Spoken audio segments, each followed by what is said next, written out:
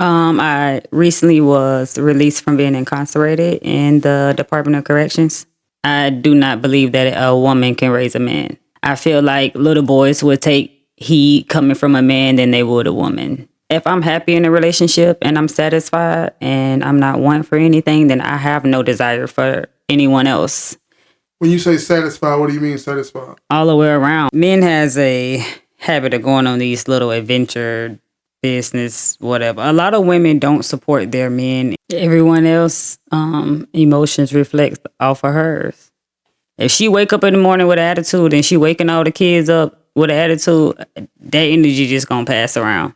I sat on that bunk and I watched people when they thought I wasn't watching them. So I know people behavior. I know how people move. I'm just to the point now, like, can't nobody pull the wool over my eyes. I done laid next to an old lady waking up every morning, passing out Bible scripture. I think she the sweetest lady in the world. But no, she the cabbage patch killer. She done killed the neighbor's kids and buried them and left their head up. This is the most peace I had in my life ever. I don't have to worry about what nobody doing, where they at, where they going, who they screwing. I ain't got to worry about explaining to somebody why I slept for 3 hours when I said 2. I ain't got to worry about getting up, cooking, cleaning, having sex if I don't want to. No one can affect me. No one can get me in my feelings. Nobody can get me at my character. Let's talk about communication. Let's talk about the love. Let's talk about communication. Oh yeah, talk about the love. Let's talk about communication. Let's talk about the love. Let's talk about communication.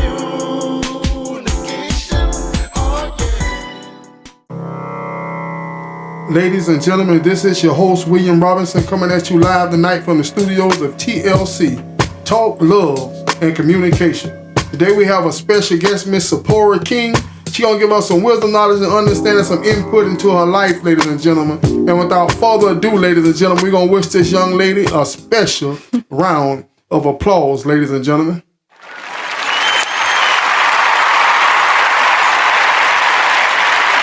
Okay, Miss King, how you doing today, ma'am? I'm pretty good, and you? How was your ride over today? It was smooth. Yeah, smooth sailing. Okay, you want to tell my audience a little bit about yourself, ma'am? I am 34. I have 3 kids. My biggest project right now is dog breeding.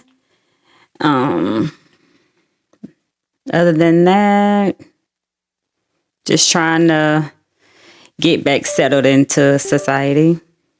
Okay, you say dog breeding. So, what kind of dogs are you breeding? I mean, Full fluffy Frenchies. Okay, that's in the money there now. Yeah, So you just had a new litter, correct? I had a litter of 10. And how was that experience? Overwhelming. Overwhelming. Yeah, it was my first time whelping, so I lost 6 and I have 4 left. Okay, they doing pretty good. Mm-hmm. Boys, girls, or what? 2 boys, 2 girls. Okay. They on the market? 3 of them are. 3 of them on the market. Mm-hmm. But you gonna keep a boy or girl? I'm probably gonna keep a boy. So you have the mother, correct? Mm-hmm. So it's important to keep a boy and you breed back and keep the bloodline up. You also made a statement. You say getting used to being back into society. What do you mean by that statement? I recently was released from being incarcerated in the Department of Corrections. Wow. And you care to share what led to that and what have you learned from that experience? Pretty much just living in the fast lane, trying to take shortcuts through life. And what have you learned from that experience? Well, recently my third eye has opened and I just see that you got to work and abide by the rules. That's just the way that the world operates. You do things right, then you don't have to worry about looking over your shoulder. If I made the statement, prison is one of the best teachers of life, what would you say to that statement? I totally agree. Mm-hmm. And what are some of the main lessons you learned in prison? I mean, being a young lady, just most women, they kind of could swindle their way out of trouble. You know what I mean? It's kind of rare. But, we don't realize there are women prisons. There are prisons that women, but to go to prison and to just think about life, like you say, you have 3 children, correct? Mm-hmm. And to be separated from your kids, what was that like, ma'am? I think that would be the most harshest punishment for a mother is being stripped away from her children. And there's no bigger punishment than that. A woman and a man, husband and a wife have a child. For whatever reason, the husband and the wife they decide to no longer be together. Do you think the child automatically goes to the mother? It depends on the parenting skill of both parents. Because I know fathers that raise their kids better than women, but women naturally have a motherly instinct. So I probably would say the mom. A lot of times we feel like that because, the mother carried the child. The child was a part of the mother for 9 months, but also in the same token, the father carried that child all his life. You know what I mean? Mm-hmm. And we all know that, the mom is quote unquote the incubator. The father plants the seed, and fertilizes the egg. I think both is equally important, the mom and the dad. Mm-hmm. Especially raising sons. Do you have a son? Yes. Do you think it's a difference in raising boys and girls? Yes. I do not believe that a woman can raise a man. Elaborate on that statement. There's just certain things that a woman can't teach a boy. Yeah. That's just my opinion. Yeah. And I feel like little boys would take heed coming from a man than they would a woman. Have you ever been cheated on before? Yes. Have you ever cheated on someone? Yes. What's your view on cheating? Pretty much for me, if I'm happy in a relationship and I'm satisfied and I'm not wanting for anything, then I have no desire for anyone else.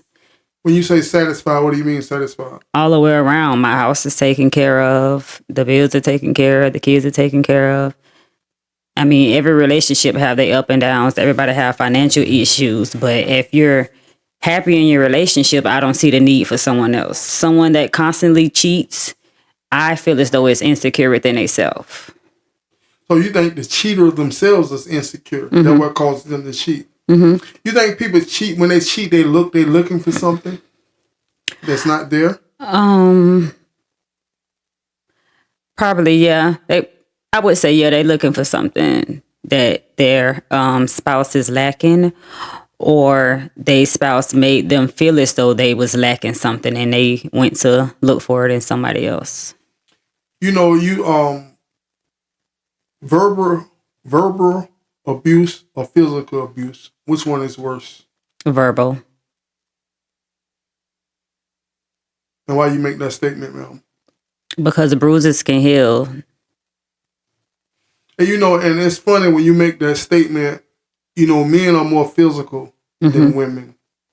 But as we know, the generation, especially now, the women have a set of mouth. They have some hurtful things to say to men, and that being said, the statement being made that mental abuse is worse, verbal abuse is worse. So therefore, you guys hurt us in ways it's hard to recover from. And when a man is hurt, when you hurt him, he want to hurt back. And we use what's our strength, our physicality, and you ladies use the words. You can say things to a man, the woman forever. You believe in that statement? Yes, I actually have a spouse that told me we would never work out because there's some things that I said to him that he would never forgive me for. You said, yeah. So ever since then, I just be mindful of what I say about people that I care about. That's correct. And certain things, I always had the beliefs that you know, when a woman is upset, when a person in general is mad with you, they'll say how they really feel. Mm-hmm. You know, so some of the things that you said to him that hurt him like that, was it true or were you just trying to hurt him? Oh, no, it was true. It was true. Mm-hmm. Well, I mean, and the lesson is, I guess some things left best to be left unsaid. They say if you ain't got nothing good to say, don't say it at all, huh? Yeah, I'll just be quiet sometimes. Yeah. Because either I'm going to take it too far, or I'm just not going to say nothing at all. But if you felt those things all along, I mean, why did you? I mean, I don't know what this. You can express how you feel to somebody without calling them out their name or belittling them or speaking to them in a certain tone, and they're still going to take it a certain type of way if it's the truth. So, do you think who is more insecure, men or women? Men. Why do you say that? There isn't much that they can do to change their appearance like a woman can. A woman can put up makeup. A woman can put weave in her hair, lashes, nails. A man pretty much just get a haircut and get cleaned up. It is what it is, huh? But you know, I believe that a man, you know, when we talk about a man, the true definition of the word. See, I believe that a woman can't love a man if she don't respect him. Mm-hmm. And part of that respect is a man knowing who he is, knowing that he is a man. Mm-hmm. You know what I mean? Like, you're a nice looking young lady. You understand what I'm saying? I'm quite sure you, at times, you have your pick of the litter. And you may have a man that you found yourself with that you was like, what? How in the world I wind up with him? Mm-hmm. You understand what I'm saying? But it's something about that man that drew you to him. And most of the time, it's his confidence. Mm-hmm. It's his belief in himself. Mm-hmm. You know what I mean? What you got to say about that? I agree. And on both ends, I feel like you're supposed to encourage your spouse. Like, I feel as though that's your job as being a spouse with somebody is you're in charge of their happiness. So, like, if I'm with somebody, I feel like it's my job to make them happy. So you think happiness come from within or happiness come from your partner? Both. But if you're not happy with yourself, there's nothing that nobody else can do to make you happy. That's correct. So it comes within first, but it also, you can come in happy and be dealing with someone that's unhappy or dealing with someone that's have issues of battling demons, and you around that person for so long, you eventually change because now you have to match their energy. Mm-hmm. Give me 3 things you wish men understood about women. A lot of women are very sensitive. A lot of men think that women overreact about stuff just because it doesn't affect them the same. But men do have tougher skin than women. So they may feel like somebody overreacting about something just because it don't affect them the same way. So I just feel like if a man respect a woman's feelings, because everybody's feelings is valid, whether it's right or wrong, you're entitled to feel how you want to feel. So if just objectivity, stepping in somebody else's shoes will make you understand where they're coming from if it was done to you. And a lot of men just, if they think that it's petty, it's just petty. And that's not right. You know, a lot of time I have to remind myself, she's a woman. You know, because men deal with men different. Mm-hmm. You know, I said one time to a man, he gets it.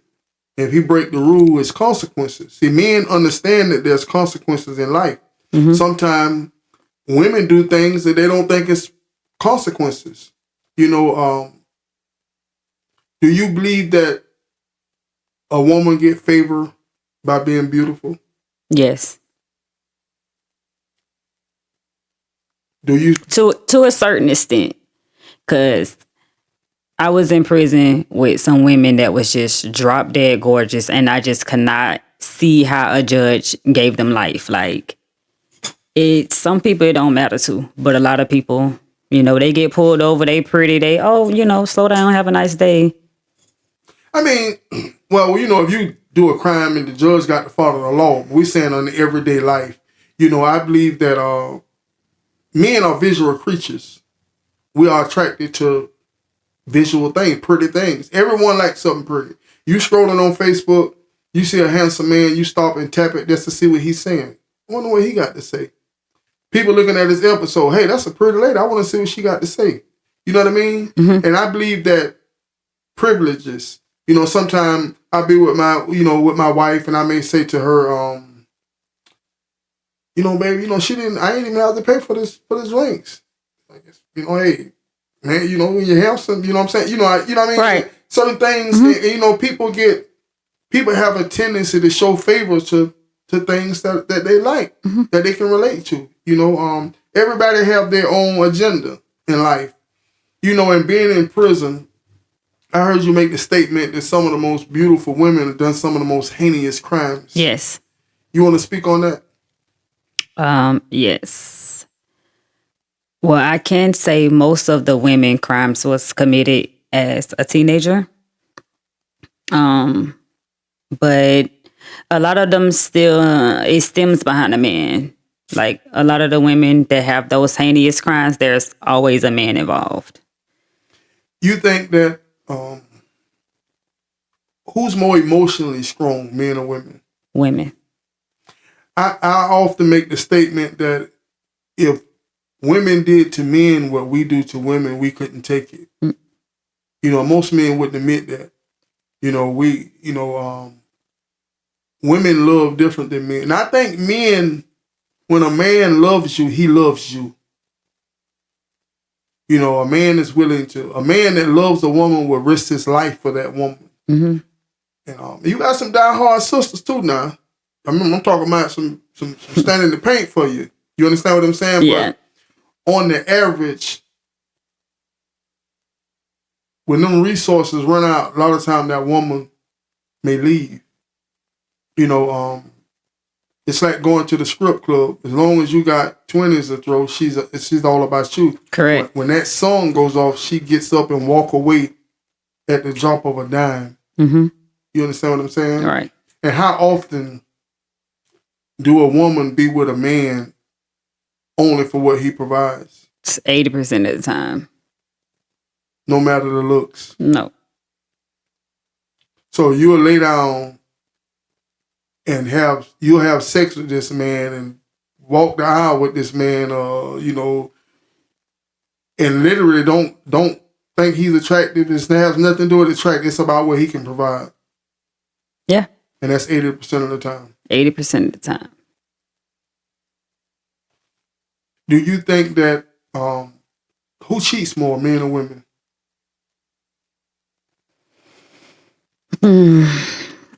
I don't know. I think men may cheat more, but I think that women are more sneakier. What's the difference? Men is just careless, sloppy, irresponsible. They gonna get caught. A woman can cheat and you'll never know it. I think the difference is we'll keep going back. Mm-hmm. See, a man gonna go back over and over until you don't want him no more. He just get caught. You understand what I'm saying? Mm-hmm. A woman, on the other hand, she may do it once every 3 months, once every 6 months. You know what I mean? Like she says, she's enduring you. You're not satisfying her. She's enduring you, but when she get that special itch, she may go over here. Mm-hmm. Do you believe that every woman that with a man is always another man that can have her? Someone from her past? No. No? No. A woman is more likely to be with a man she's been with before or a new person? Someone she been with before. And why is that? I mean, I don't know about other women, but I don't want a bunch of bodies. So I'm going to go backwards before I start with somebody new. So you think body count matters? Yes. For men and women? Society says more for women, but I think for both. Don't nobody want to be with somebody that everybody had or anybody can get. But what you gonna do if he's inexperienced? If he's inexperienced, That's where the molding come in at. Do you believe? I always tell my daughters that I say, well, baby, if you love him, you got to shape and mold your man. Mm-hmm. You shape and mold him into the man you want him to be. Mm-hmm. Especially if he love you. If he love you, he's going to be willing to change for you. Do you think that a woman will change for the right man? Yes. Give me an example.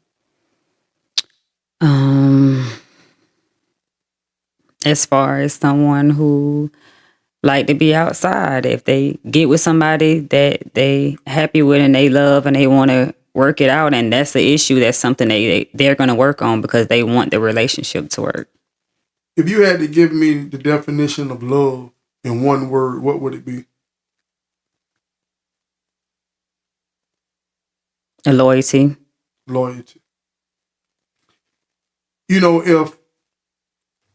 if you had a man, he had sex with a woman, but he cared nothing about her, or he had a woman that he go over, he spend time with her, he's emotionally tied to her, but he haven't had sex with her.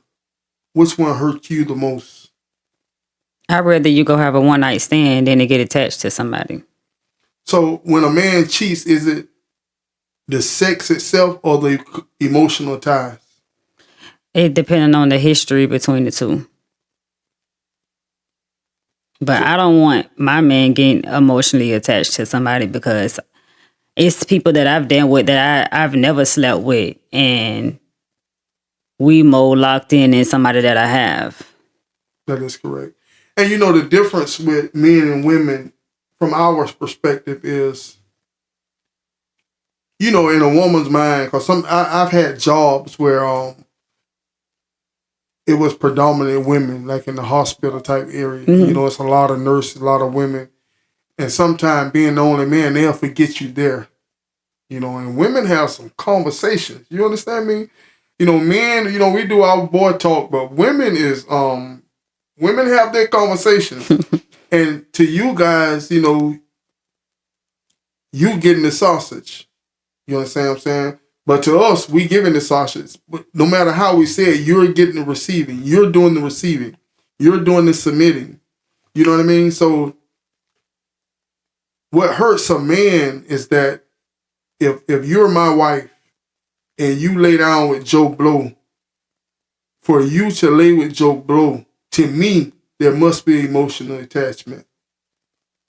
You know what I mean? Mm-hmm. Because in my mind, I don't believe that my wife would just go lay with anybody just for the fun of it. That's vice versa. It shouldn't be different because it's a man and woman. Because the same way it affects you, it's going to affect her too. Well, a man could have sex with a woman, and it's like eating a hamburger. You know, one way or another. Women can too. Yes, nowadays they can. And is it a difference? No. So, you think a woman can do the same thing a man can and not be looked at no different? They're going to be looked at different from society, but the logical fact of it all, we are all people.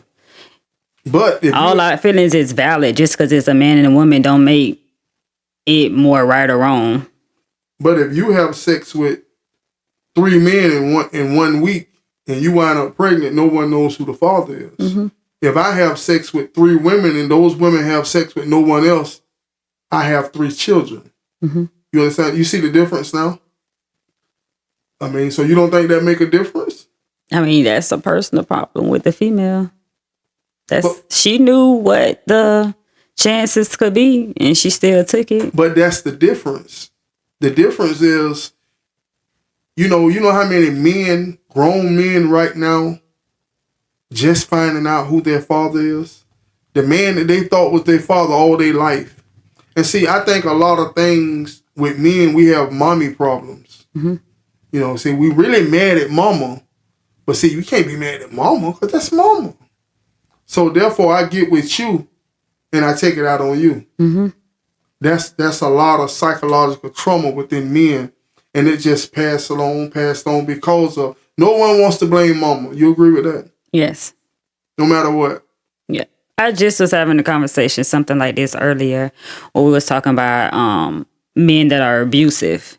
And I said, me personally, I don't think it just comes from anywhere. I feel like a woman beater watched their mama could get beat when they was younger and they couldn't do nothing about it. So I feel like they just picked that habit up. And it could go either way. You could have two children grow up in the same household. One, let's say mom, dad was an alcoholic. One may drink and one may not drink. It all depends on that person and how they perceive it and how they took it. I think a lot of men look at women as a possession. Mm-hmm. I was looking at something earlier. When you're in the household with your father, you're in a typical household with your mom and your dad, your father tell you, go take that off. You ain't wearing that. Be back in this house by 6. Stop hanging with them girls. They're bad for you. Mm-hmm. And when you get married, your father gives you away to your husband. So he takes on the same responsibilities. Correct. He should be able to say, hey, don't wear that. No, you need to be back for 12. Mm-hmm. That woman, that girl that woman ain't no good for you. Now, it's a difference with voicing your opinion or stating the fact that you're not comfortable with something or putting it out there than trying to control somebody. Because I'm going to take in consideration how my husband feel about something. He's not comfortable with me wearing something, I'm not going to wear it. If he tell me, that person ain't no good for you, this is that and the fourth, I don't take what nobody tell me about somebody else and run with it. I'm going to take heed and I'm going to be cautious and I'm going to be looking for those signs, but I'm going to get to know you myself, me personally. But I don't know. I'm just, a lot of men, they just, they be controlling. They get it. It's a thin line. Nowadays, 2025, sex is nothing. Sex means nothing. You understand what I'm saying? Mm-hmm. Like you say, a woman will go lay with you, don't care nothing about you. What his name was, I don't know his name. Girl, I just know that such and such and such and such. I may, the man get with the woman, the women doing the men the way the men used to do the women. I'm thinking, well, we finna have something going on. I call you the next day, man. Listen, man, that was just last night, man. I mean, bro, it's over, We hurt. You understand what I'm saying? Yeah. So why do you think where do you think this mind frame and this thinking come from nowadays? I mean, why is it so different than 20 years ago? I just believe that the roles has changed. Like, even if we go back, the females ain't have a voice. They had to advocate for that. They had to go out. They had to go on strike to get their voice to be able to work. It's just, women wanting in office. I just feel like the women it's evolving. So you think men and women are equal? No. What's the difference? I feel like it's just certain things that a man can do that a woman can't, and there's certain things that a woman can do that a man can't. Who's the better leader? A woman. You believe a woman is a better leader? I believe a woman run a whole household. I think that a woman, when we mention the woman and the man, what's your mind frame? Because, we're talking about the true definition of a woman. You know what I mean? The true definition of a man. Not just an 18-year-old girl and an 18-year-old boy. Mm-hmm. Because to each his own. You understand what I'm saying? Women endure a lot. Sometimes I'm riding down the road, man. It hurts me to my heart. I see a woman with a bucket full of food, man. It might be Dollar General. You don't even supposed to have the bucket. You know what I'm saying? She got 3 kids, all of them, none of them in school yet. And this woman's doing what she got to do. You understand what I'm saying? Mm-hmm. Man, my heart go out, But nowadays, you can't just say, ma'am, let me take you to where you're going and put her stuff in the car and take her. You can't do that nowadays. You know what I'm saying? Because the world is crazy. You know what I mean? So I got a lot of respect because I know it's, as a man, we got scumbags on our side too. You know what I mean? You may be a good woman. Let's say a woman with 3 kids. and she got 3 baby daddies. Society would judge her and look down on her and label her as the bad person because she got 3 different kids, 3 kids from 3 different dads. But she making it work. There's more single mothers that's afloat than there are men. I feel like a man can't function without a woman. I feel like a man need a woman. I feel like a woman can get by just fine without a man. Like, honestly. If 2 people split up, the man is more likely going to take longer to get on his feet than a woman because, like you said, a woman going to do what she got to do to get where she need to be at. Well, and the bottom line, you born with a good gold mine. You understand what I'm saying? It's always going to be somebody willing to do something for something. Mm-hmm. That's just, you're born with it. When a woman is down and out, society, we cater to the woman. Mm-hmm. I mean, they're the weaker vessel. It's programs and everything to help you get on your feet like this. If a man is broke, no one cares. It's no excuse for a man. Mm-hmm. No one feels sorry for him. No nothing.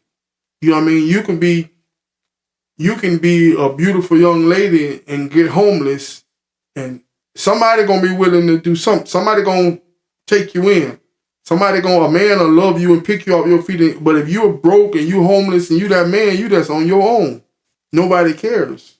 You understand what I'm saying? Mm-hmm. And it's no excuse for a man. They tell you it's no excuse for a man. You a man. I disagree. Yeah. Now I think that when it comes to leadership, what does leadership? I believe that a woman can multitask. A woman can, and I don't think it's fair nowadays, if me and you married and you work 8 hours, I work 8 hours, I come home, put my feet up on the couch, watch football, you gotta bathe the kids, cook the food, bring me my food, and hunch me tonight. You understand what I'm saying? Mm-hmm. That's not fair. You know what I mean? But it's a lot of times that's how it is. And it's not fair, you know what I mean? But everybody have roles, so you believe that there's certain roles in a relationship. Yes. So you believe you should do the cooking and the cleaning, and he should do the providing and the protecting. The trash. The trash, changing the oil. The ass whoopings. Cutting the grass. Mm-hmm. So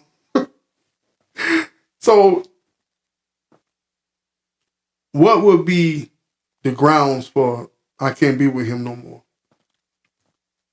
The old me,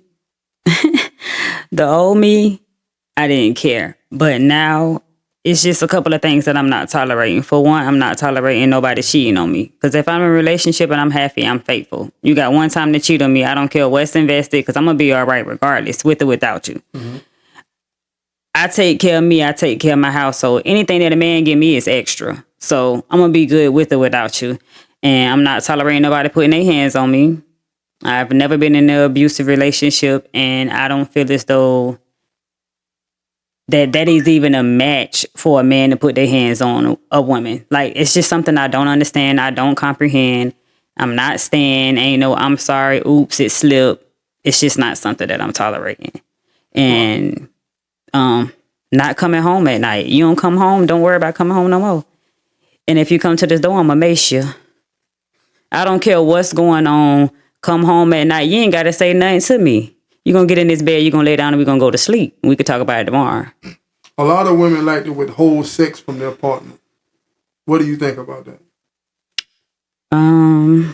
I mean, they do have the power, so. Who have the power? The women. Okay, so if you marry a man as my wife and me as your husband, you're the only person in the world I'm supposed to have sex with, correct? Okay, we all float this Bible thing around, we God, we trust, we gonna pray, family, pray together, stay together. The Bible says your body no longer belongs to you, it belongs to me. My body no longer belongs to me, it belongs to you. And see, I believe that. See, I believe it, when we was talking about a man, a woman, or everything, you ain't gonna lay beside me as my woman and tell me you're not gonna give me no food. That's not gonna happen. You don't want to participate tonight, you can lay there but I'm gonna get this school because that's something, and that's vice versa. The same thing with me. I was in a relationship, and looking back, it's attention. I may be gone or whatever. She called me, say, I need to see you now. What's wrong? I need to see you now. I drive all the way across town, go home, close the door. What's up, baby? I want it now. I'm like, girl, you call me all the way. I want it now. I got company. She walk out there.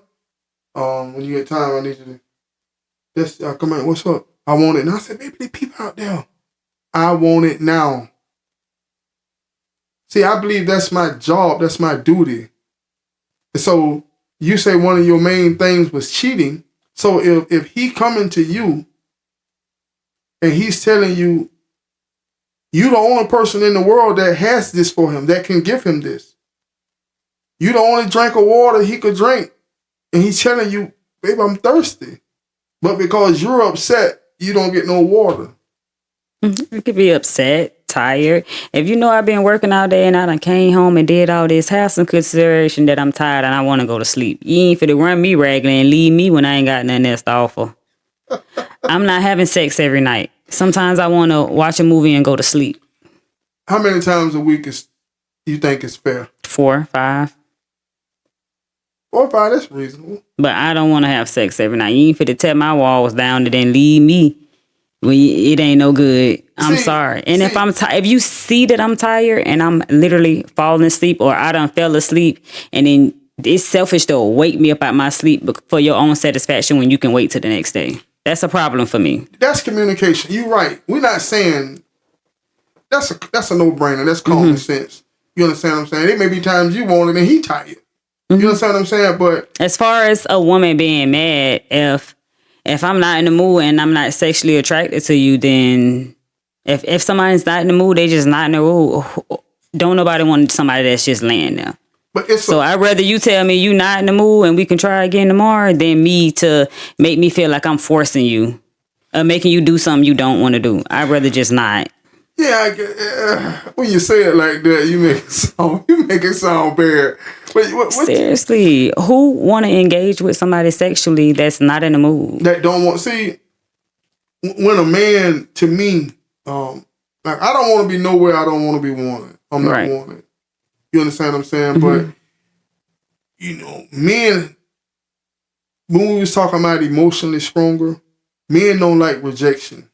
That's why when a woman say, well, he was talking to me, a woman got a man in their face, she know how to get a man out of her face she don't want in her face. Because men ain't going to stand there and be rejected.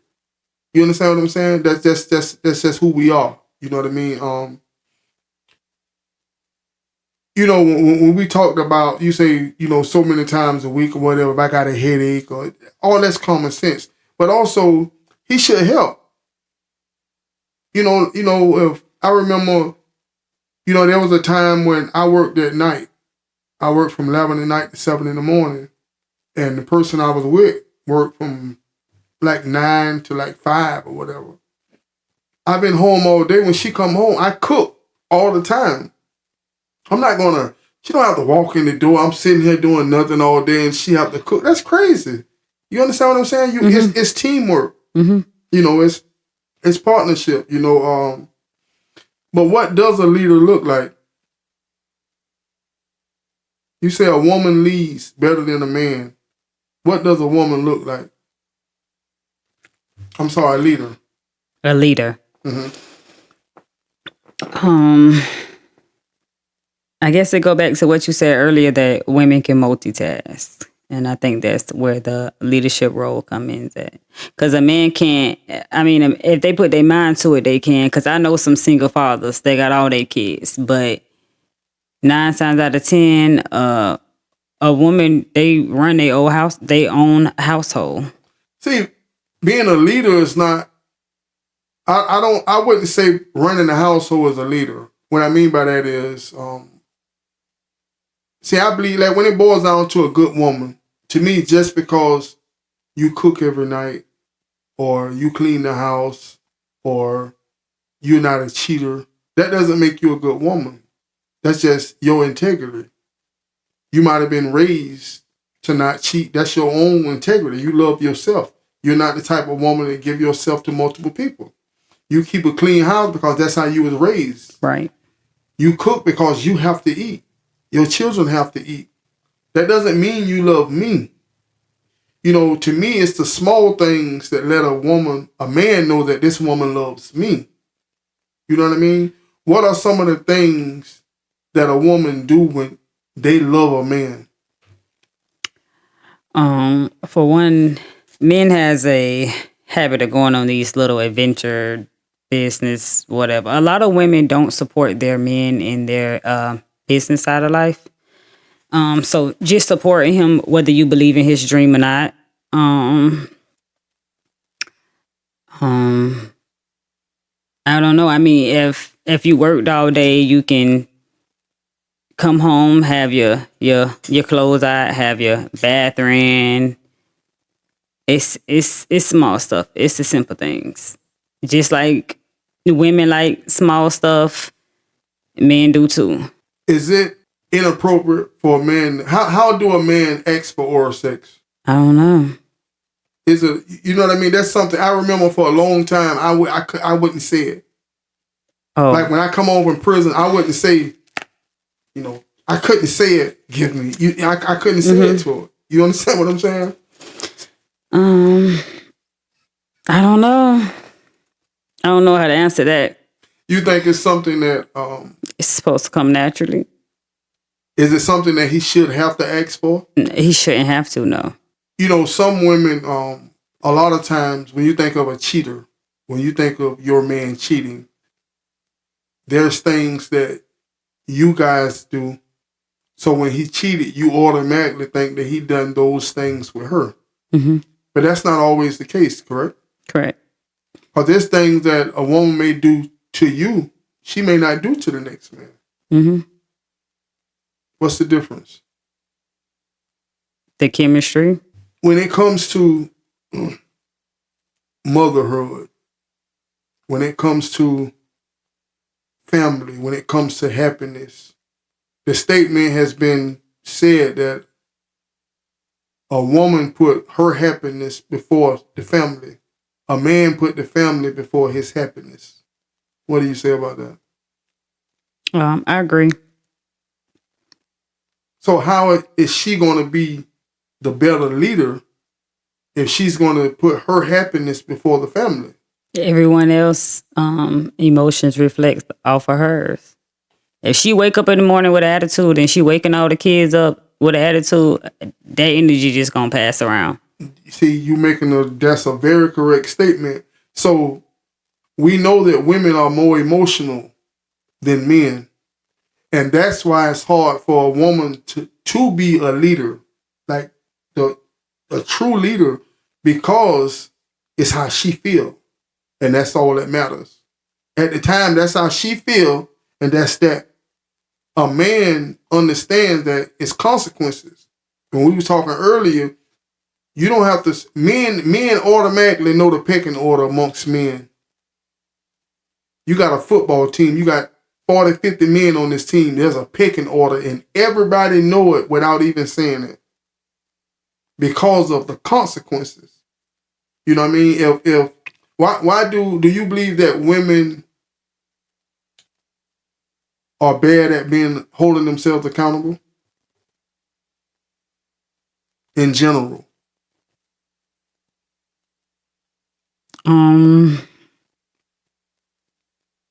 I'm not sure. I'm different from a lot of people. I'm different from a lot of women. Like, if I'm wrong, I'm woman enough to admit that I'm wrong. How has prison changed your mind frame? Like, it's a difference. When you're in prison and you have to look in the mirror. There became a day where you had to look in the mirror and be like, you know, Shapora, you know?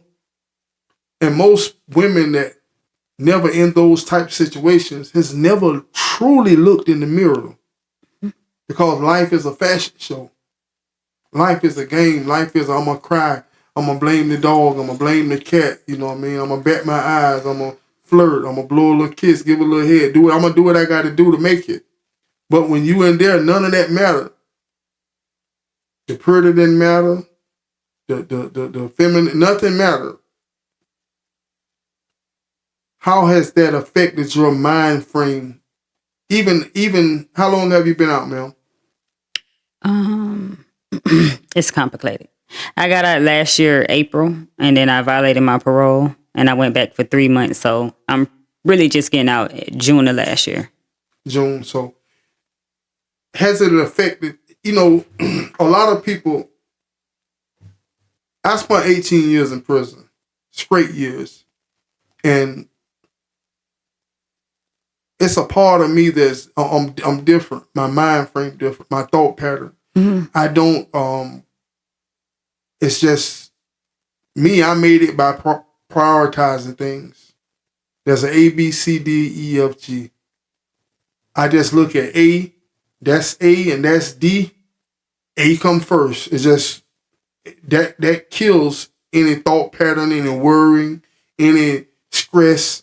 A comes before D. Bottom line, simple as that. And it makes me more cutthroat. It's almost like I'm cold hearted. But to me, I'm right, and the world is wrong because the world live in a fictitious life. They don't understand. You know what I mean? They live with what's not reality. What's your take on that? I totally agree. When you are boxed away and caged away, you can't help but to change your mind frame so you be able to survive. Prison is more of a mental thing. If your mind isn't strong enough, you won't be able to make it. Right. And a lot of people are afraid to be alone with themselves. You know, a lot of times you see, you know, the women prison is actually more tougher than the men's prison. Y'all canteen prices is way cheaper than ours. You understand what I'm saying? Because y'all will get together and y'all will stick together. In general, women will stick together. You ever seen the Bloom Pop Challenge? Mm-hmm. You know, you'll see a woman keep her bloom. And 3 women down, the man will say something to that woman, and then the other woman will pop her bloom.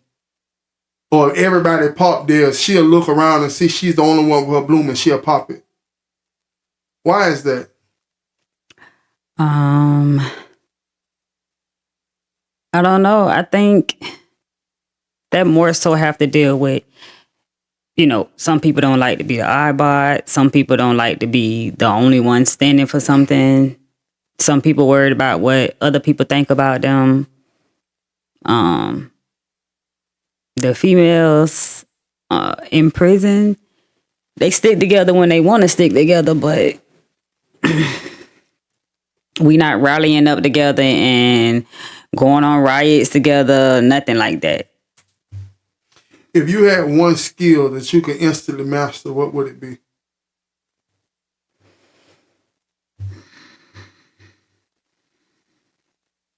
One skill.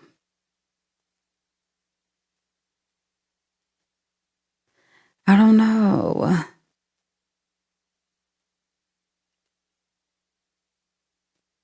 I would say probably computer technology. Computer technology? Yes, if I can. It's a lot of stuff that's going on now, and I just be so lost. But you can sit behind a computer all day and design websites and everything. Like it's a lot you can do through technology. If you could be a man for 24 hours, what's the first thing you'll do?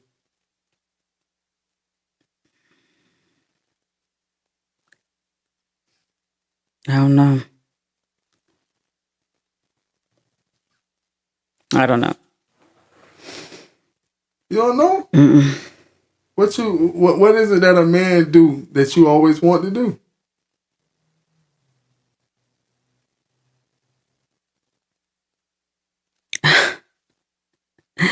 I don't know. How often, when you was in prison, how often did a lot of women get quote unquote turned out? A lot of straight women got, you know, does the bullying and the you know, the taking of the You know, like in men, you got predators. In men prison, you got predators that, you know, prey on the young, the weak, you know, and is that the same way in the women prison? Yes, I would say that. I have met a lot of women that has never looked twice at another woman until they come to prison. And I don't necessarily think that it was more of them being manipulated or anything. I just feel like a lot of women don't know how to be by themselves. And before they be alone, they'll be with anybody. And it's a lot of women that go in there and they be in full relationships with other women, and then they go home and they never look at a woman again in their life. I just feel like they not true to themselves. And it's some women that's straight and they just not on it. You know, you made a statement that a lot of women don't like to be alone. And there's some women that, you're right. You know what I mean? It's not so much that she's crazy about you as an individual. She just don't want to be alone. Because if she was crazy about you like she said she was, 2 weeks down the road, another man ain't in the house. You understand what I'm saying? It's about not being alone. Why do you think, no one wants to be alone. So we got all this independence, you know what I'm saying? Oh, I'm an independent, strong black woman. I'm an independent, whatever. But inside, those women are crying to themselves at home. Christmas time, Thanksgiving, Valentine's Day. You see the class reunions and stuff, and they walking down the aisle with their sons and they other girls behind them. You know what I mean? Why do you think it's so many broken families in our community?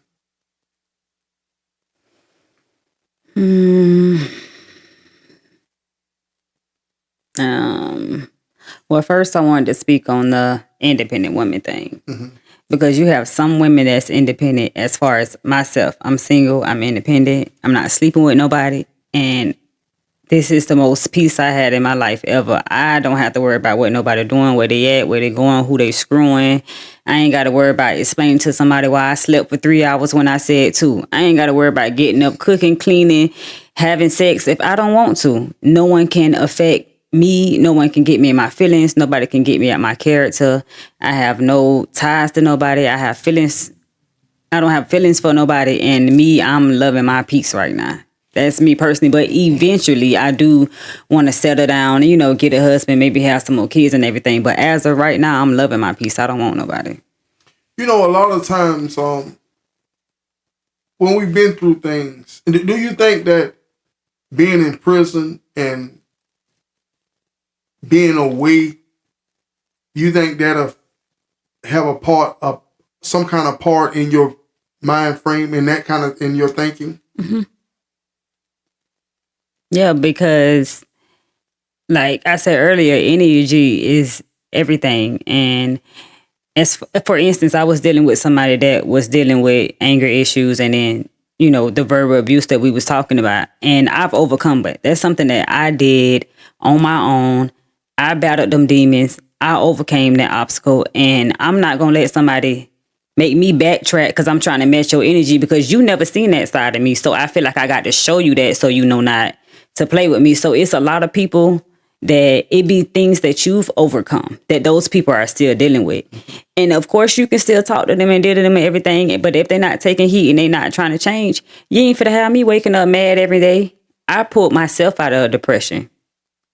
I wipe my own tears at night on that bunk. So no one's gonna, no, I rather be by, people got too much going on. They got too many, and I like to be by myself. I get too aggravated, I'll go to lock real quick. Go to site, lay down butt naked for 9 days. I like to be by myself. And see, people do not understand that. People will listen to this and be like, that girl crazy. That's crazy. But they don't understand. A lot of people has never been to themselves. The true definition of to yourself. You understand what I'm saying? There's always somebody to call on, to be there, to they can pick up the phone when they're going through this. I got this friend because I know they're going to give me the answer I want to hear. But to truly be by yourself, I'm talking about by yourself. I mean, when you can learn to live with Shapora, And like you say, the one with anger issue, it's like when you leave prison, you can see so much. Mm-hmm. It's like these people are blind. It's crazy. You know what I mean? And you can see him, you can see her, you can see them, you can see they from a mile away. Mm-hmm. I know within the first 30 seconds of talking to somebody how I'm going to handle them, where we going to end up, if we going to deal with each other, if we not. I sat on that bunk and I watched people when they thought I wasn't watching them. So I know people behavior. I know how people move. I'm just to the point now, like, can't nobody pull the wool over my eyes. I done laid next to an old lady waking up every morning, passing out Bible scripture. I think she the sweetest lady in the world. But no, she the cabbage patch killer. She done killed the neighbor's kids and buried them and left their head up.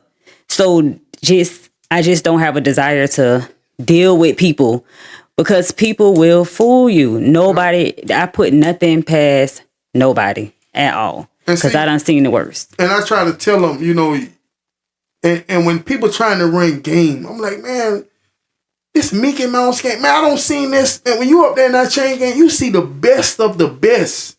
You got guys that wake up breakfast time at 5:30 and say good morning because he got your name wrote down. He gonna ask you for a soup at 8 o'clock tonight. Mm-hmm. You understand what I'm saying? Or he ain't got no money, but he eating every night. Every night. But he got a rotation. He only coming to you once every 10 days. Mm-hmm. So you thinking, ain't nothing but a bag of chips.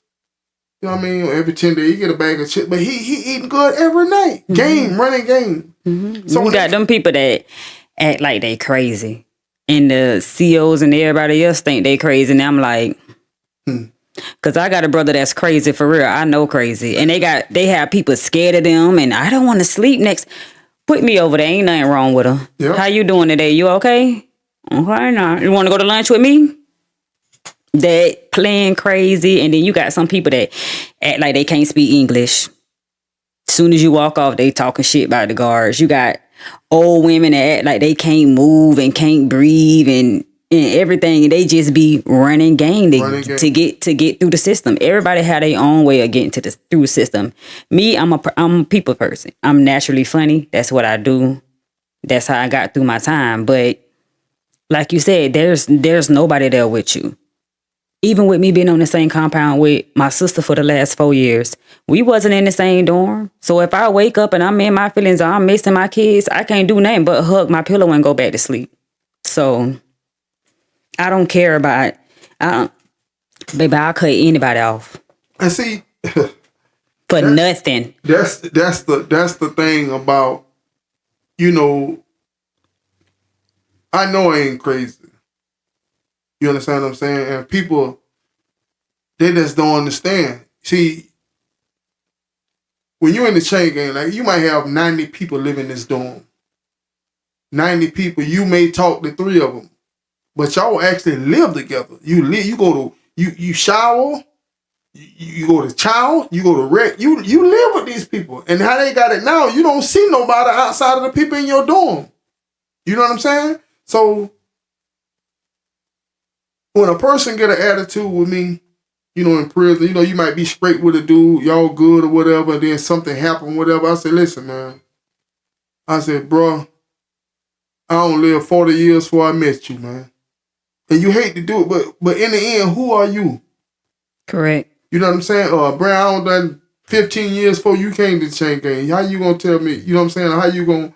You understand what I'm saying? And I remember I had a relative at Marion, and when I got to Marion, I hadn't seen him in a long time, so I wanted to spend time with him. Man, come on out here, come to Rick. I just wanted to see him and, spend a little time with him because I knew he went home in a year, and I had 7, 8, 9 more years left. You know what I'm saying? It's my little cousin. And I remember he was like, when you in prison, you have your groove. You're going to wake up, you do this here, okay, 11 o'clock, you're going to do that. And that helps your day go by. Mm-hmm. And basically me coming, he happy to see me, but I'm throwing him off his loop. You know what I mean? I'm throwing him off on his routine about what makes him comfortable. Mm-hmm. And it's people that I love dearly that right now, sometimes you don't talk. I'm TLC, I'm talk, love, communication. My slogan is, if anybody told you they love you today, William Robinson loves you. But that doesn't mean that me loving you don't mean I have to fellowship. Mm-hmm. You know, all company ain't good company. And see, I used to tell myself I did not want to come home with that ability just to cut people off. I didn't want to, because I could cut you off. You know what I'm saying? Just like I can walk around that dorm like I ain't never knowed you, man, and be just fine because I'm fine with myself. Mm-hmm. You know what I mean? That's a skill set that's very hard to come by.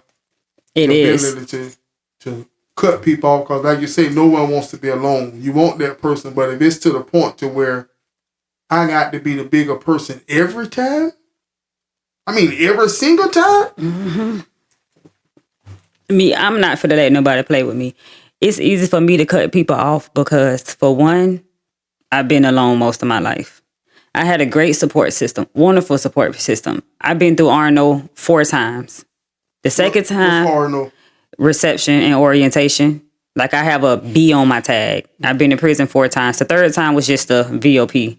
But I've been through the whole booking process 3 times. I've had the same support system that I had then that I do now. Them the only people that I care about holding on to.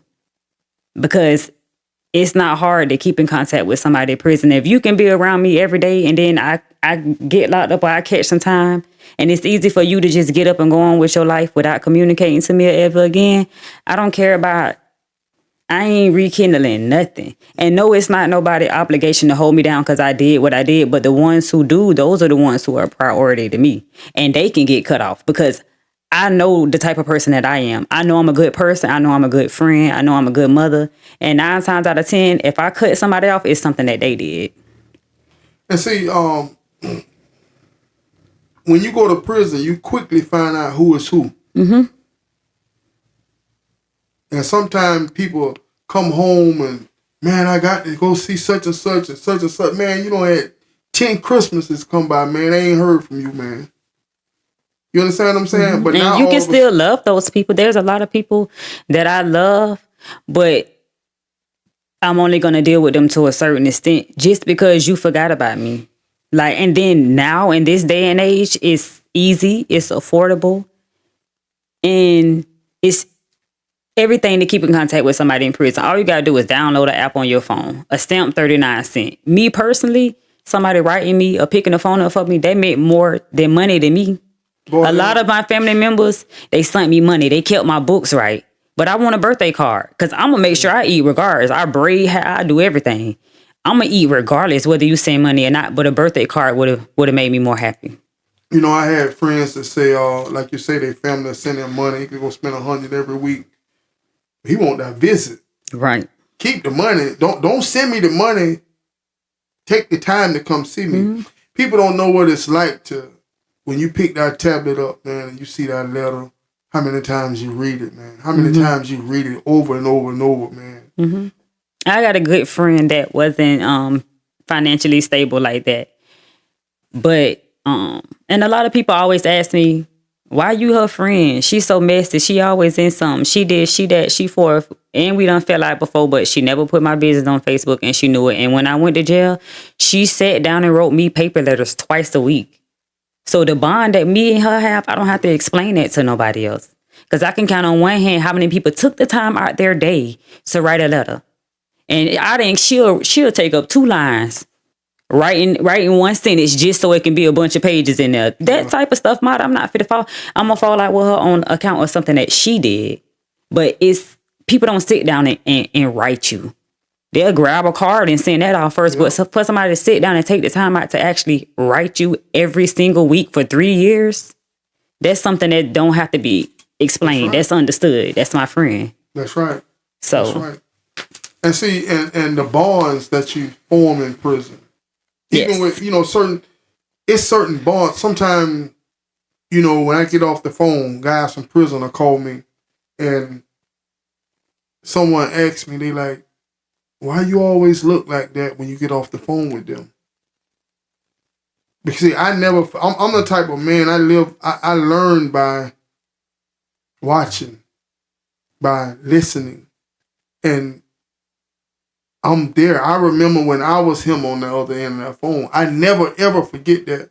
know A what I'm lot of saying? people try to forget their privilege life. I hear a lot of females say, this my prison life and my real life out there. All of that shit is one to me. That's I right. don't forget nothing. My first time and my second time leaving prison, I cried walking out. And it's making me tear up now because you leaving people in there, good people with life, because they made a bad choice. They got in an accident while they was drunk when it could have been any of us. And you watch them people cry every single night and they don't have another chance. And here I am with 4 chances. You know what I'm saying? So you do get attached to those people in prison. Yeah. And it do hurt to leave them. And I'm going to pick the phone up every single time. Every single time. And people don't understand that. And support, one of the things I want to do with this podcast is accept phone calls from prisoners and record the message. So what I'm doing for you now, I'm going to interview them over the phone and play it back and get them in touch with family. Like they give me their grandmother and them, and people ain't talked to their family members in so long. That's one of the things that I want to do. You know, I answer that phone every time. You understand what I'm saying? And the conversation, and I'm starting to notice, well, what you gonna talk about? Yeah, man, we went to lunch today. They had such and such. You know what I mean? But I've been there, and I know.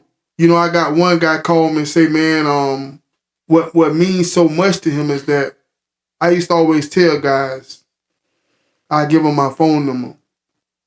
And I say, man, he'll be like, man, I don't been in here so long. People, everybody tell me, I remember I had a friend, so da-da-da-da-da. They go home, man, they forget about me. And I always say to them, when you remember the name William Robinson, I used to always say that to them.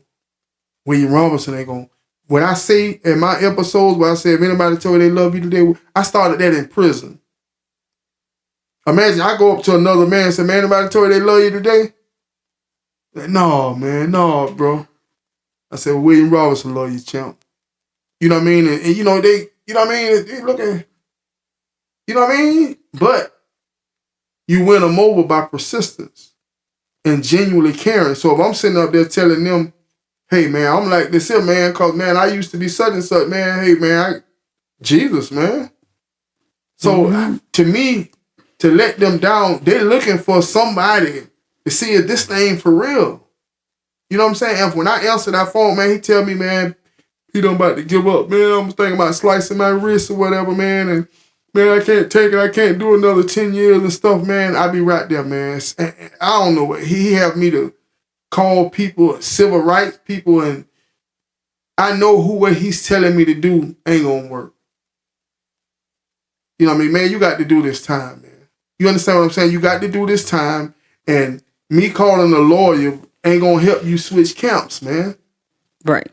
When you was right here at Marion, and I told you, man, don't leave, man. You had, I'd rather be around killers and stuff, or they snitches around here, and you made your bed. You know what I'm saying? But I answered that phone call. I let him bite my ear off. I go through all of it. You understand what I'm saying?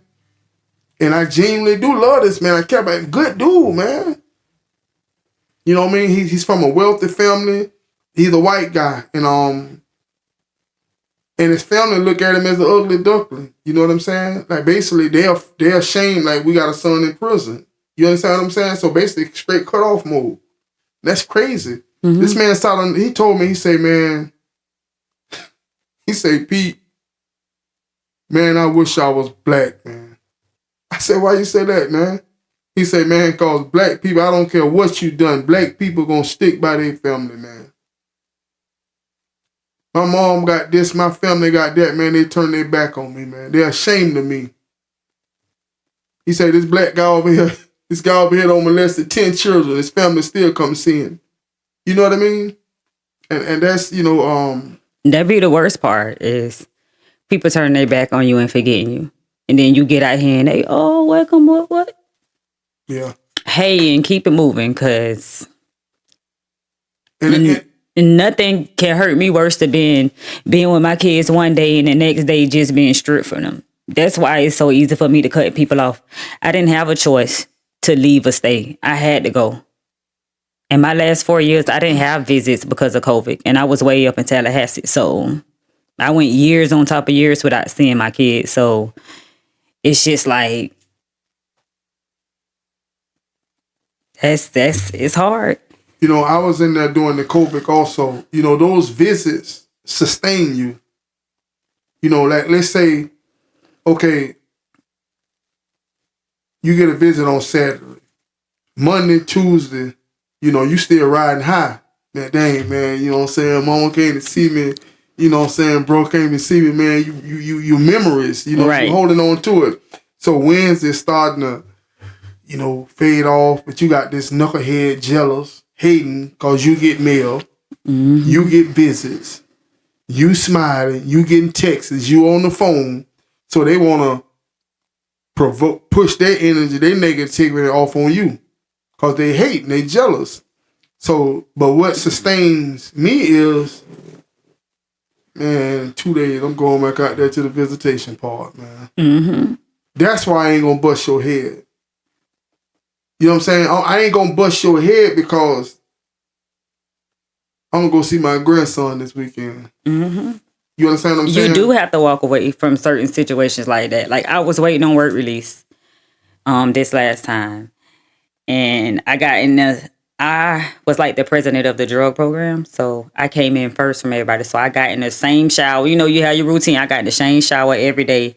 So the girl had like moved my stuff out the shower. So me and her ended up getting in an argument. So she was like, oh, well, I'm going to have my stuff there again tomorrow. She got on the phone and called her people. I got on the phone. I called my mom. I say, Mom, I don't want you to feel like I'm not trying to come home. But if this girl slang my stuff out this shower, we going to tear it up in here. And I was crying. I say, Mom, I'm really trying to go to work release. But ain't nobody, I'm not booking no call outs. Ain't nobody pulling my whole car. I don't care how small I am. I can fight in real life. If you think you're going to sling my things out of the shower and I'm not going to do anything, you crazy. My mama told me, do what you got to do because I ain't raised no pussies. And whether you go to work release or you in prison, we going to be here regardless. And my daughter got on the phone. She was like 3. She was like, Ma, stop crying. Don't let them see you cry. Hey, I bet she ain't touched my stuff. And she was on the phone right behind me, and I was looking her dead in her eyes. If she touched my stuff tomorrow, we gonna fight.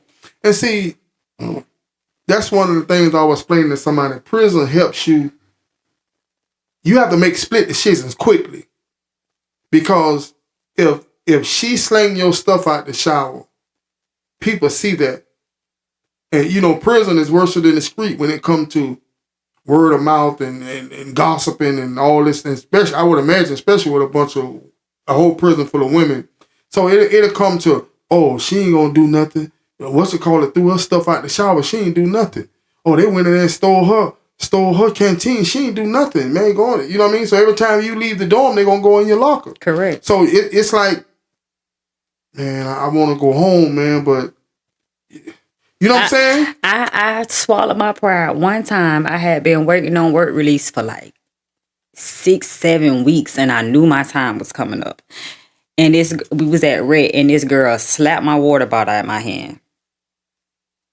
And I ain't do nothing. The next week I left for work release. And see, the spiritual part to that is the enemy gonna always try to attack you right before your blessing. And When she did that, I said, I'm about to leave. But even after she did that, you know, people came up and, you know, they was all, and I told her, like, you at Red with all these cameras, you know, I signed for work release. We can meet around the corner in the cut. And I stood around there and I waited for her and she ain't come. Yeah. You ain't pulled my whole card. Everybody know I'm gonna fight and everything, but you know how many people came up to me and told me that they was proud of me for not doing nothing? It was like, that ain't like you, but you ready for work release, girl. I'm like, yeah. But at the end of the day, when she slapped the water bottle out my hand, I told her, you still did not touch me. I turned around and put my whole back to her and you still ain't do nothing. So at the end of the day, you was the one looking crazy in the end. And now you're still in prison and I'm in work release. And see, some people, this gonna sound harsh, but some people want to die, but they don't want to kill themselves. Mm-hmm. You understand what I'm saying? I'm going to say that again. Some people want to die, but they too scared to kill themselves. Mm-hmm. So they try to, you ever seen the movie The Matrix? Mm-hmm. You notice when Neo them, you know, they could go into people. The agent could transform into anybody.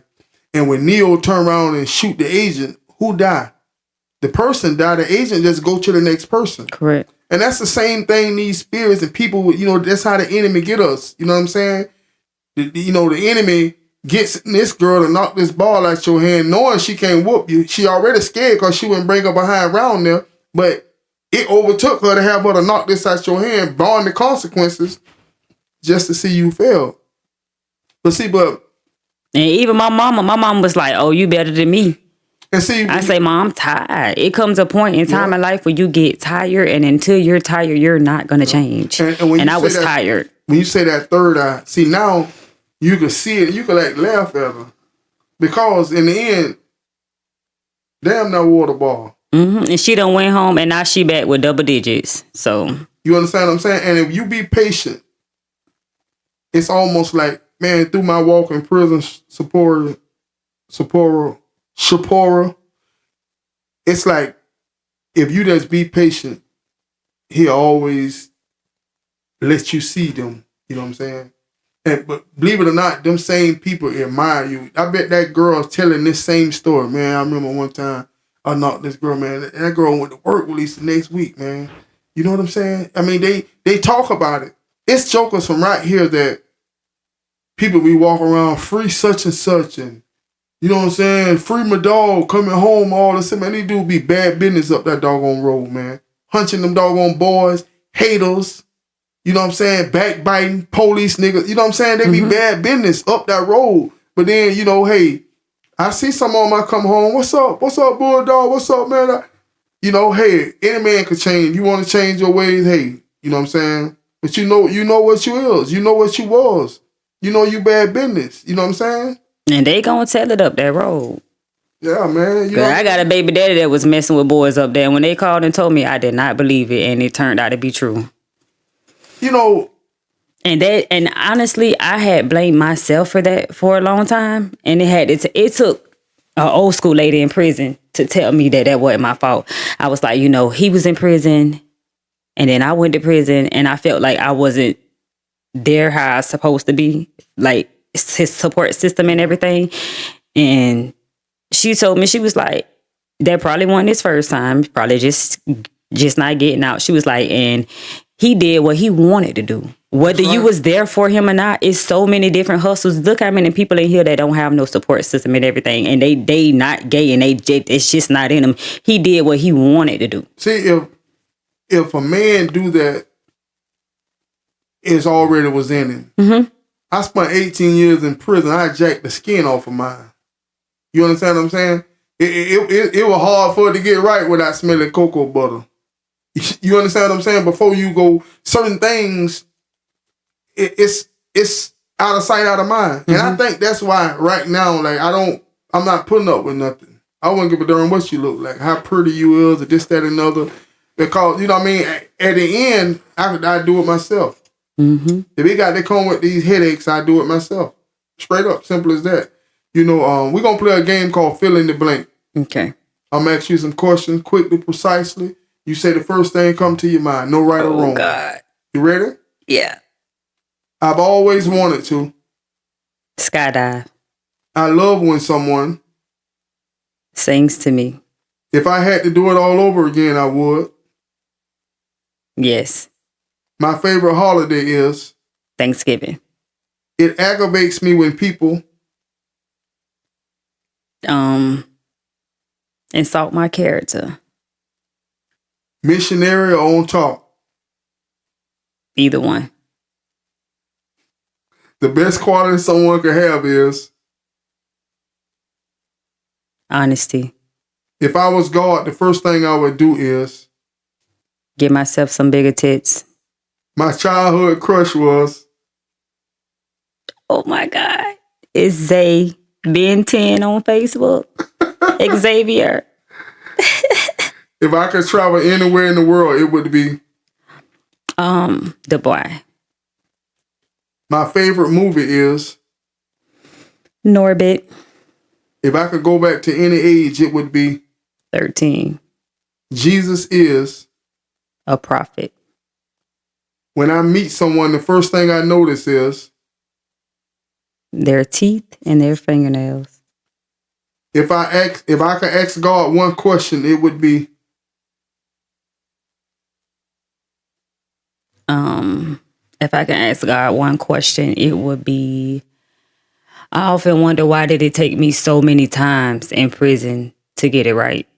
Why I couldn't be one of those ones that learned the first time and scared to go to jail and all that. My greatest strength is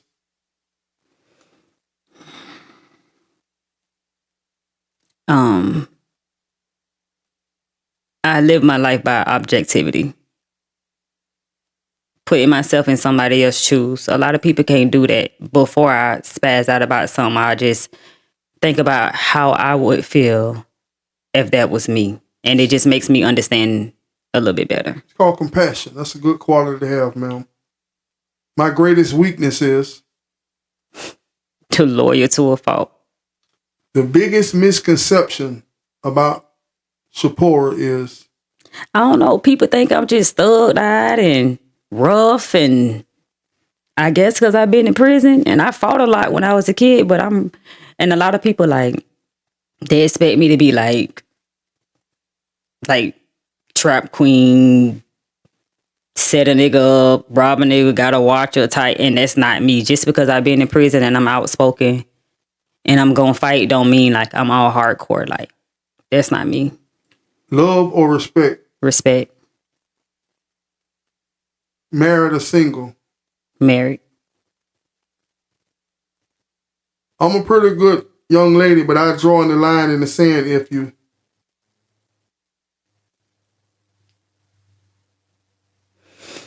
I draw the line in the sand if you.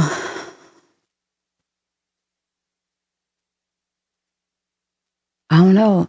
I guess social media is a big thing to me. If you put my personal business on social media, it's a wrap. My sister just put on that I ain't got no license and she can't never say nothing to me ever again because that wasn't nobody's business. I love my children because That's a hard one. I'm just playing. My kids are very strong. I cried more than they did leaving VP. They strong. They understand it. And my biggest prayer in prison was I did not want my kids to hold a grudge against me for not being there for them. And they don't. And they understand that most of my crimes I was trying to provide, but I wasn't doing it the right way. But none of my kids have resentment towards me. if I had to star in a movie with any actor, it would be Eddie Murphy. Beyonce or Mariah Carey. Mariah Carey. Fantasia or Jennifer Hudson. Fantasia. Destiny Child or SWV. SWV. I'm not a big Beyonce fan.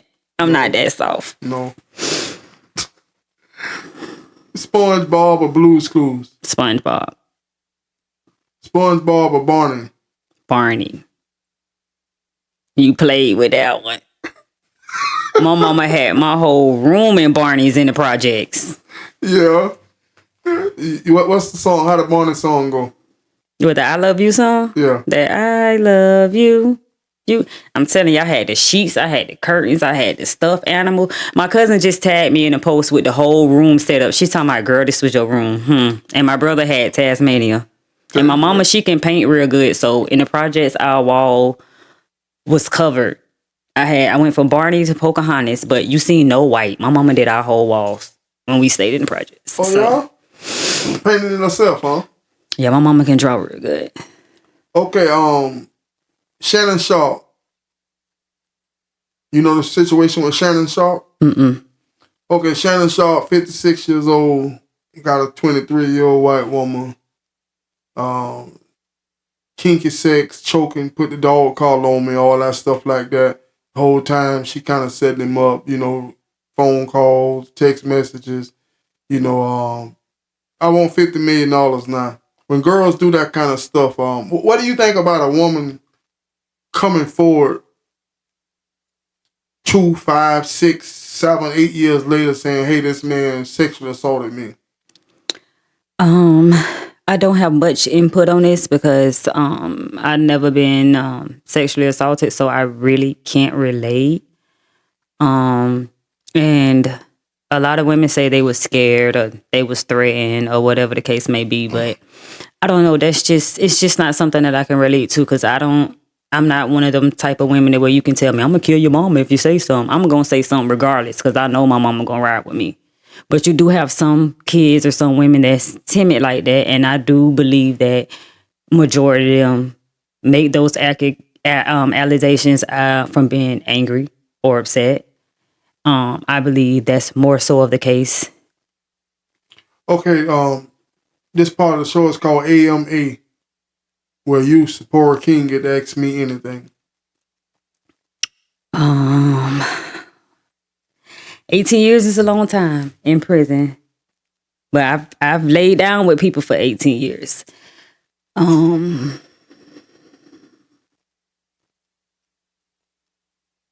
As far as your religion go, were you angry at God when you got your time? No, actually, as I sit here today, I believe that I had to do it to be the man that I am. I don't think that I would have been the man that I am. And not that prison changed me. I was scared because I'm a man amongst men. I think it was just sitting still because I was always successful. I used to do music and fight dogs and everything I've done. I've been a winner all my life. You know what I mean? And even me coming home with my surgery, you may could tell the way I walk a little bit. I had spinal surgery. I got permanent damage to my spine. Some days I have better days than others. You know what I mean?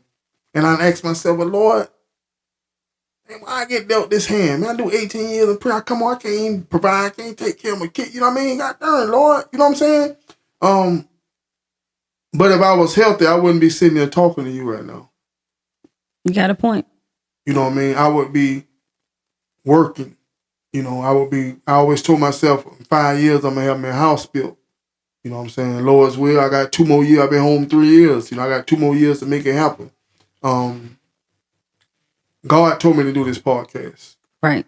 When I was asleep, fasting, studying, praying, I go to sleep.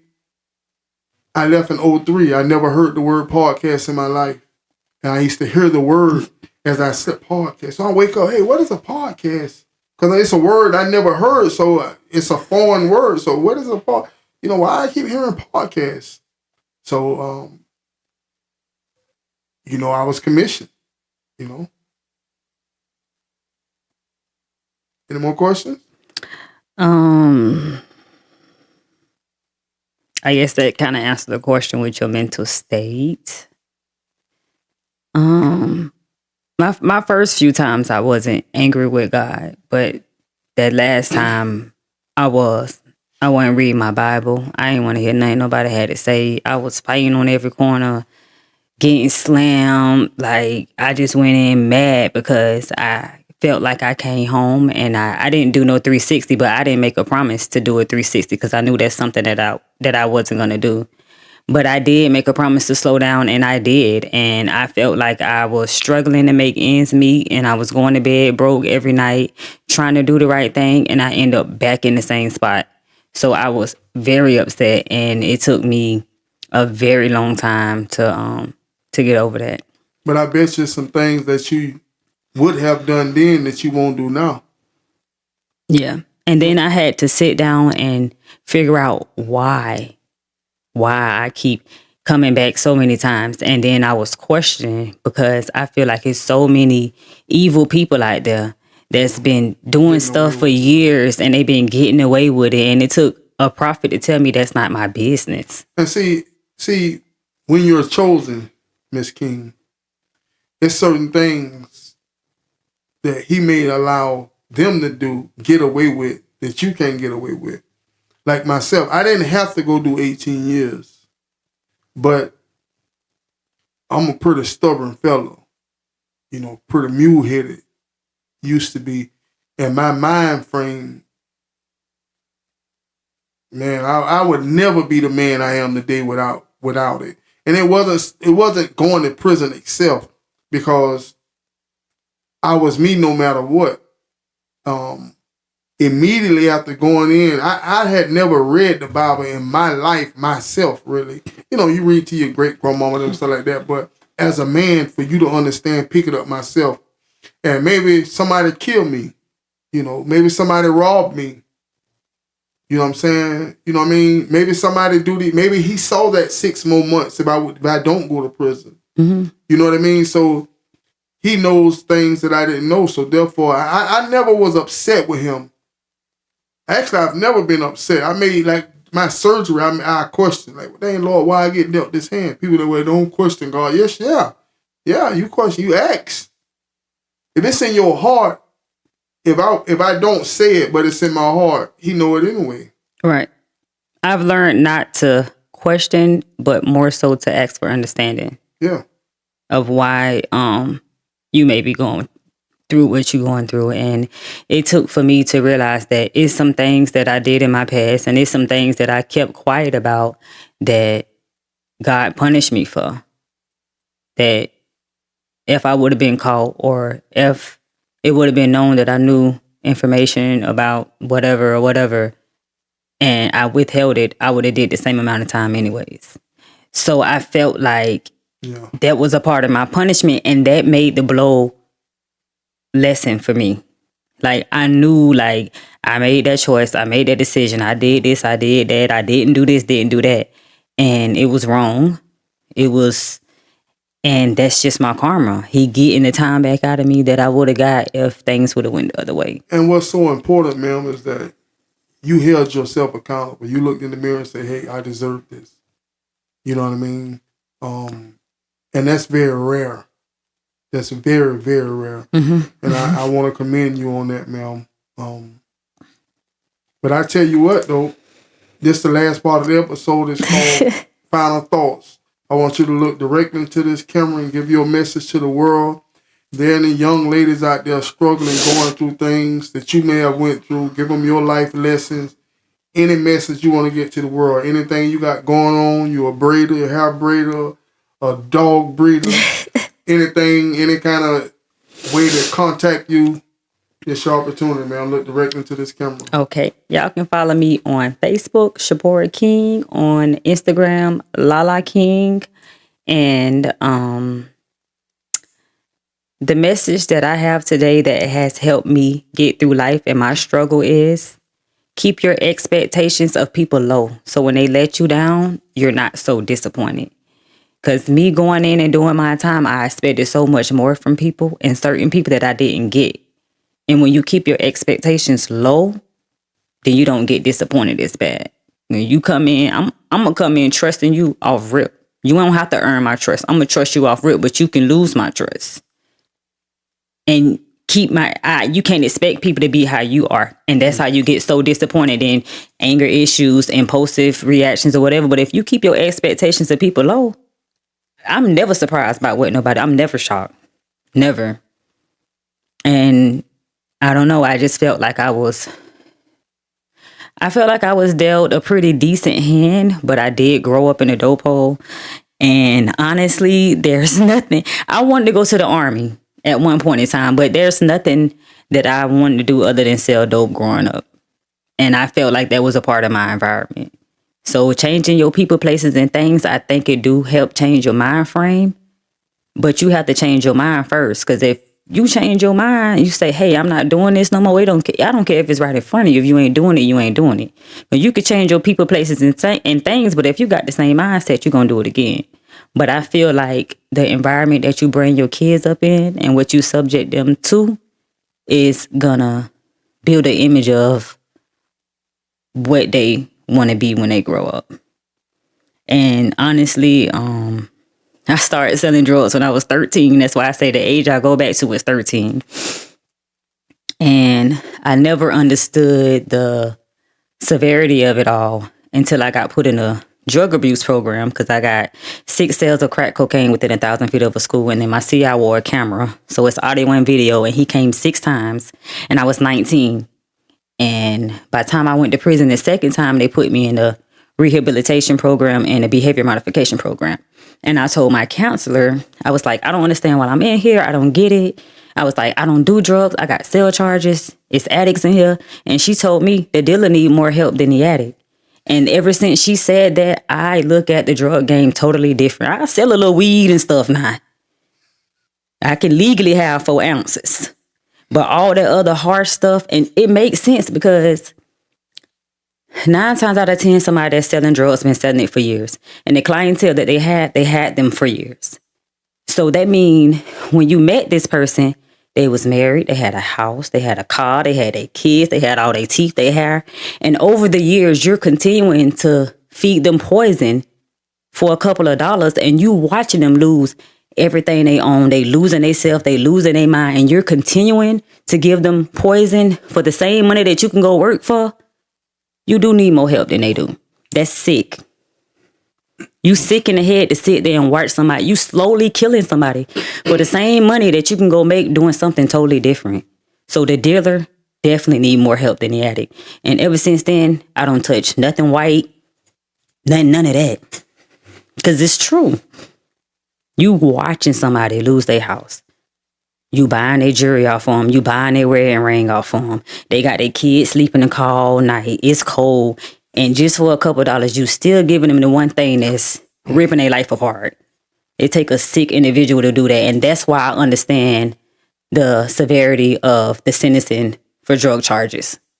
And being in being not work release and being in that program and meeting people sober, and you got to tell your life story and everything, and they showing their pictures from then to now, and they working on rekilling their relationships with their family and everything. And I'm the one person sitting back like this, like I done this to so many people. So that program probably was the best thing that happened to me. That's right, ma'am. And those were the final thoughts of Shapora King once again, ladies and gentlemen. And with that being said, ladies and gentlemen, I am your host, William Robinson, to talk love and communication, ladies and gentlemen. TLC, this is my story. Very, very special episode with Shapora King. She gave us some very insightful information, wisdom, knowledge, and understanding, ladies and gentlemen. We look forward to having her on the TLC Family Fun Jeopardy episodes coming out soon, ladies and gentlemen. You can contact her once again on Facebook, Instagram. Y'all holler at her about them pups, man. She got 3 of them on the market. You know what I'm saying? We selling pups now. We ain't selling chubs and bricks and all this. We selling pups. $7K or better. That's right. What you got? Two males and a female, or what? What we got? I have 2 males and a female. I have to give a pup back for the guy I bred with, and I'm gonna keep a boy, so I'm gonna sell 2. And if they carry Pink Jean and Isabella, they can create the all-white fluffy Frenchies with the white gray eyes. And those puppies start at $50,000. My puppy's gonna start at $7K, but if they carry the Pink Jean, I'm doing 10 to 15 or better. That's right, ladies and gentlemen. And remember, if nobody told you they love you today, William Robinson loves you. We out. Out of here.